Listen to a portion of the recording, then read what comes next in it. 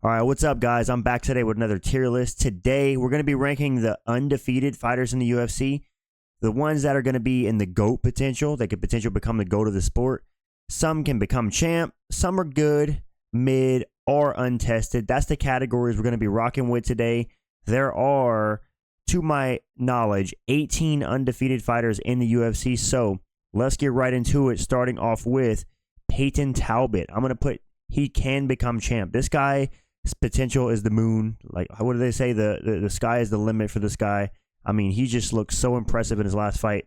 And the thing about Peyton Talbott is, what frustrates me about him is that he takes so much time off in between fights whenever he doesn't need to. I mean, this guy's last fight was 19 seconds. And yeah, he got a quick KO over that guy. He beat Cameron Simon, who's a really good prospect. And I know he hasn't proven that much in the UFC. He only has 3 wins. But like, just from the domination this guy's showing and like the technique he's showing at such an early stage, I mean, I think this guy can get into the top 10 right now if they were to put him up against a top 10 guy. So I'm really high on Peyton Talbott. Got to have him in my can become champ tier. Let's move on to the next one.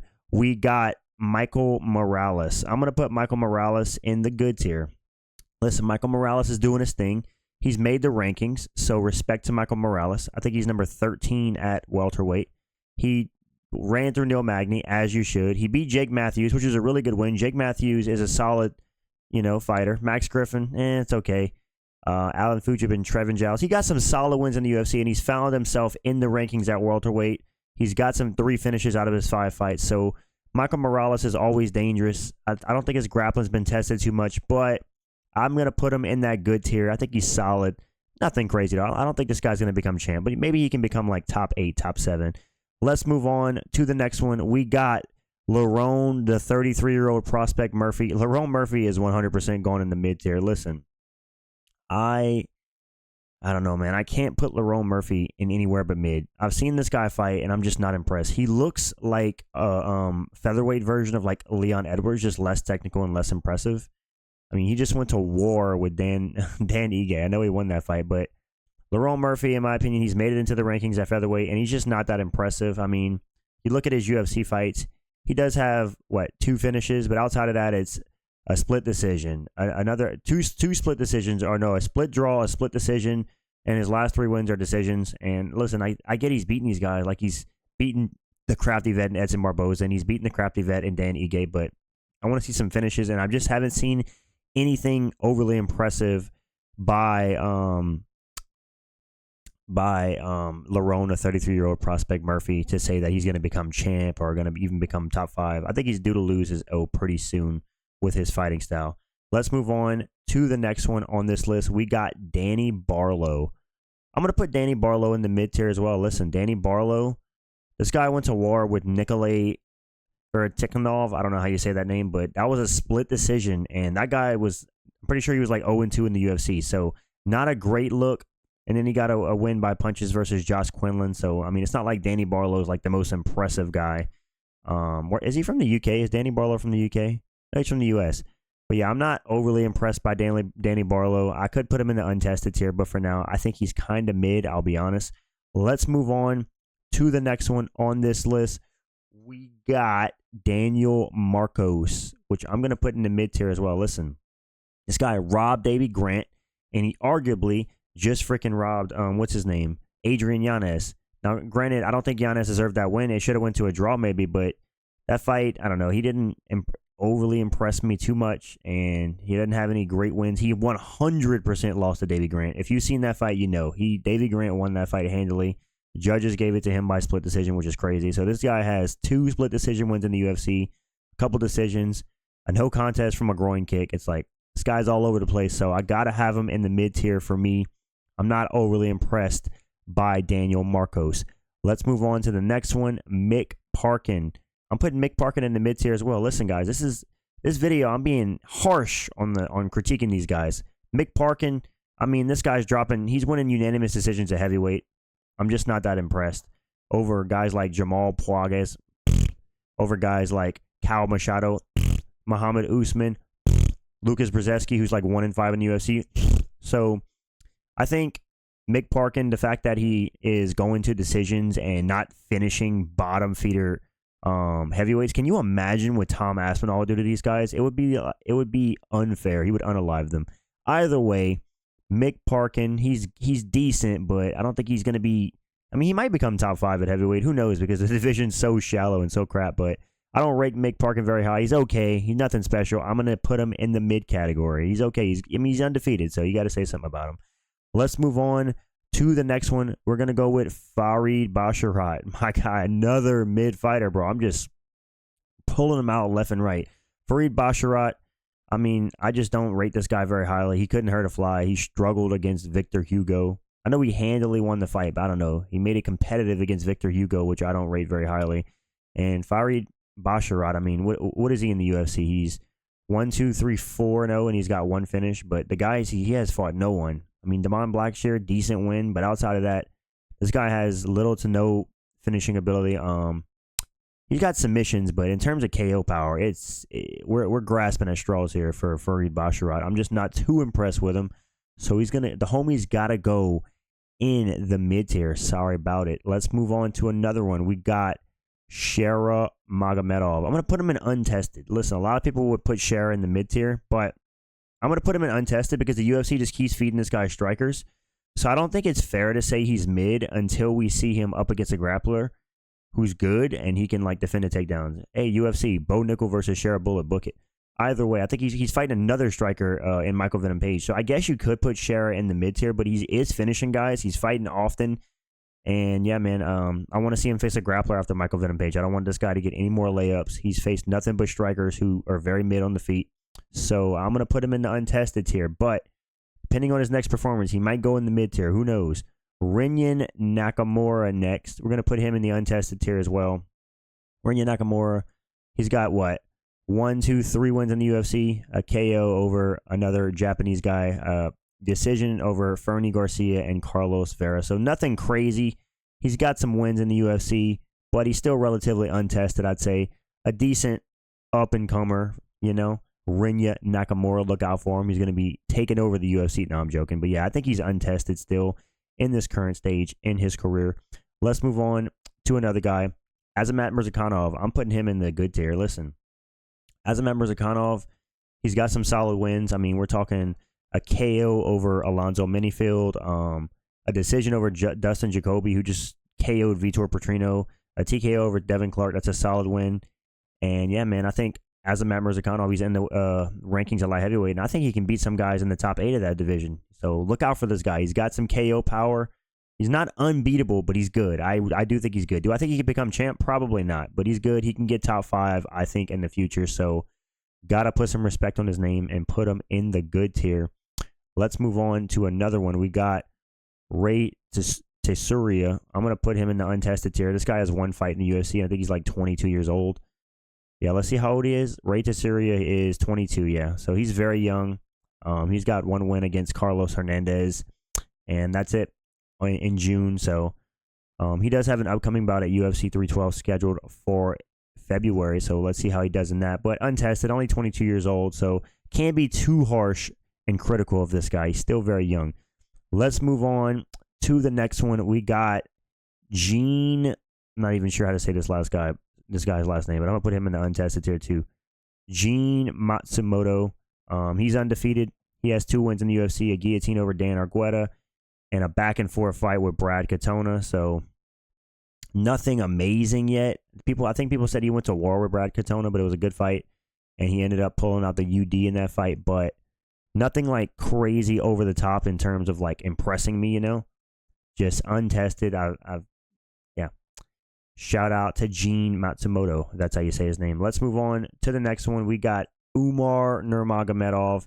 I'm going to put him in the can become champ, and I think he will become champ, actually, because his next fight is scheduled at 311 against Umar. And listen, man, against Merab. And listen, man, Umar, 18-0, 28 years old. He just schooled Corey Sandhagen. I know a lot of people were like, dude, it wasn't that much of a domination. No, he schooled him. It was 50-45. He was styling on Corey Sandhagen. He was taking him down. Corey was getting up. He was taking him down again, outstriking him, out-hustling him. And I think he's going to do the same thing to Merab. Listen, if you look at Merab's fight against Sean O'Malley recently, it wasn't that impressive. Like, Merab didn't look as dominant as everybody points him out to be. And I just feel like Umar is going to be too quick, too fast. He's going to be able to avoid the takedowns of Merab and just kind of pick and prod him on the outside. I think he's going to win like a 49-46 against Merab. And because Umar doesn't necessarily gas out either. Sure, he's had a one fight or two where he looked a little tired in the later rounds, but he looked great in the Corey Sandhagen fight through and through. So I think this guy not only can become champ, but he will become champ next month. So shout out to Umar Nurmagomedov. A little bit of glaze there. Let's move on to the next one. We got Bot Nickal, as they call him. I'm putting Bot Nickal in the mid tier. Listen, I've seen enough Bo Nickal at this point to know this guy's mid. The second that he went into a Paul Craig fight and was scared to shoot a takedown, I knew this guy was mid. If you're going to be, you think Khamzat Chimaev would go into a Paul Craig fight and be like, no, dude, I'm not taking him down. I don't want to get triangled. Nah, dude, screw that. Khamzat's taking him down, taking his back, and submitting him by rear naked choke. Brendan Allen submitted Paul Craig, and it's like, come on, dude. Bo Nickal touts himself up as like one of the most insane prospects, saying that if he beat Khamzat Chimaev, or if he faced Khamzat Chimaev, he wouldn't be surprised if he was a negative 1,000 favorite, which is the most outlandish thing I've ever heard him say. And he just glazed himself over his last performance over Paul Craig. When Paul Craig did nothing, he threw a couple body kicks, and Bo Nickal was terrified of the ground, just kept throwing overhand rights. It wasn't impressive, man. I know people are going to think I'm being hard on Bo Nickal, but I am, because this is a harsh tier list, and I got to be harsh. And Bo Nickal just, he hasn't lived up to the hype, but I think a lot of that is the UFC pushing him too fast. I know you can probably put Bo Nickal in the untested tier, but just because of that Paul Craig performance, I'm putting him in mid. Maybe later on, if he continues to get wins and he proves me wrong and dominates the next guy he faces via like brutal grappling, I can put him in the good tier. But for now, Bo Nickal for me is going to go in the mid tier. Let's move on to the next guy. We got Movsar Evloev. Bro looks like a Skyrim character or something like that. Looks like I don't know. Movsar Evloev, he definitely can become champ, especially if Ilia Topuria leaves the division. I think we can see Movsar get to the top. He's 9-0 in the UFC. 19-0 overall. The thing about Movsar is that I think his wrestling defense kind of got a little bit exposed by Aljo. Listen, we're talking about Aljo, who couldn't take down a little pipsqueak Sean O'Malley, but he's semi-ragdolling Movsar in moments. Like, Aljo was getting some pretty easy takedowns on Movsar, it seemed like. And sure, Movsar flipped into position a couple times. He took Aljo down, but this guy's wrestling is not as crazy, like, destructive as people make it out to be. He is 9-0, which is impressive, but he has 0 finishes in the UFC. So that in itself is interesting. Guys who can't get finishes a lot of times don't impress me. I know that's a pretty casual take, but to me, if you're that much better than your opposition, you're finishing guys. You're getting them out of there. That's why a Bilal Muhammad and a Merab do not impress me. They have the finishing potential of a butterfly. You know what I'm saying? Either way, Movsar Evloev, if Topuria leaves the division, I think he 100% can become champ. It's either him or Diego Lopez, in my opinion, at this stage. And that rematch, whenever it happens, is close. So I'm not sure who would win, but I think Movsar definitely can become champ. Let's move on to the next one. We have what's this guy's name? Oumar Sy. Oumar Sy. I'm going to put him in the untested tier. Listen, this guy, he's fought twice in the UFC. A rear naked choke over Tuco Tucos and a UD over Da Woon Jung. So he's got 2 solid wins in the UFC. I wouldn't even say solid. He's got 2 kind of can wins in the UFC. And next fight, he's fighting Alonzo Menifield, who's pretty much a can at this point. But it's a good test to up and come in the light heavyweight division. I don't think this guy is indestructible or unstoppable, but he's solid. And maybe he could make top 10, maybe, but I'm not sure. It's too early to say. So got to have him in the untested tier, in my opinion. Let's move on to the next guy on this list. We got Khamzat Chimaev. Listen, Khamzat Chimaev can become champ. I'm not going to say GOAT potential, because I just don't think with his immune system and like his travel restrictions and how often this guy fights, I cannot put him GOAT potential. I don't think he's going to fight enough or be around long enough to capture like GOAT status, but he might have GOAT performances. Who knows? But listen, this guy just subbed Robert Whittaker in the first 3 minutes. He's pretty much destroyed everybody he's fought in the UFC outside of Usman and Gilbert Burns. And yeah, Khamzat Chimaev undefeated. Obviously, that's why he's on this list. But at the end of the day, I think this guy can and will become champ. I think whenever he fights Dricus Du Plessis, he's going to get Dricus down and he's going to choke him out in the first round, just like he did Whittaker. Maybe it'll take him a little longer. I also think that if it gets out of the first round, people are underrating Khamzat's cardio. I don't think just because it gets out of the first round, it's going to be an instant destruction by Dricus. Sure, Dricus will be favored to win if it goes past the first, just like most people would against Khamzat that are elite. But I think Khamzat always has a chance on the feet. He has underrated power. He's one-shot KO Gerald Meerschaert. He's one-shot KO'd Ikram Aliskerov back in the day. So Khamzat Chimaev 100% can become champ, and I think he will. But with that being said, there is 100% a way and a path for victory for Dricus du Plessis. Because if anybody can beat Khamzat, it is Looney Tunes Dricus himself. But I will be picking Khamzat to win that fight whenever it goes down. Probably at UFC 313 or 314. We shall see. Either way, Khamzat Chimaev, come shot, whatever you want to call him. I'm going to put him in the can become champ tier. Let's move on to the next one in the can become champ tier. We're looking at Shavkat Rakhmonov. Shavkat Rakhmonov, not going to lie, man, this guy just lost almost all of his aura fighting Ian Gary. It was tough to watch. Shavkat, one of the best fighters in the welterweight division in terms of finishing ability. Maybe even the best, considering he had 18 fights, 18 finishes. But Ian Gary, of all people, was the one to break his finish streak and take him to decision. And he looked, I know he went into that fight with a torn MCL, and we know that now. And I was the guy that made a video saying that Shavkat was going to destroy Ian Gary. But at the end of the day, Ian Gary went in there and proved that Shavkat does not have the best offensive wrestling. A lot of us already knew that. But he also... it can be very middle on the ground for Ian Gary to take your back. Listen, I know Ian Gary's training with Charles Oliveira and Damian Maia, but Shavkat is supposed to be this guy that has like untouchable ground game. You know, people talk about his ground game all the time, including myself. But I think he can become champ, but I think we all overrated Shavkat a little bit, even myself. I had to take that, how can a guy be overrated if he's finished everybody? But looking at the Ian Gary fight, he's definitely a bit overrated by myself and by the fans, so I can't admit that. However, I do think he beats Belal Muhammad. I know that's a hot take because people think he's just going to get 49-46 by Belal, but the thing about Belal Muhammad is he has zero finishing potential, right? Belal Muhammad can't finish anything. It took him like a 250-punch combo to finish Sean Brady. What does that mean? That means that Shavkat Rakhmonov has 25 minutes to finish a shorter guy in Belal Muhammad when he's notoriously had great performances against shorter guys. He finds a way to finish the fight. He's dangerous on the ground, so anytime that Belal takes him down, he's not going to have to worry about being finished or choked out. He can work his jiu-jitsu, and I think he can reverse the positions and just do damage. I think that's what Shavkat's good at. He's good at creating damage, and he has really good dangerous striking. So Shavkat can and probably will become champ when he fights Belal next. Let's move on to the GOAT potential, the only one in this video, Ilia Topuria. Listen, depending on how Ilia Topuria goes about his career, he 100% can get GOAT potential or GOAT status. Let me map it out on how I think Ilia Topuria can become the GOAT. And this is obviously a big if, but I think he's one of the most well-rounded fighters in the UFC. He just knocked out Max Holloway and Volkanovski back-to-back, which is arguably the greatest like back-to-back wins in UFC history. Either way, the way that Ilia Topuria becomes the GOAT, in my opinion, is he is going to have to defend his belt at featherweight another 2 times, right? So he already beat Max Holloway. He's beat Volkanovski, obviously, 2 legends. First guy to knock out Max Holloway. I think he needs to defend his title against Diego Lopez, right?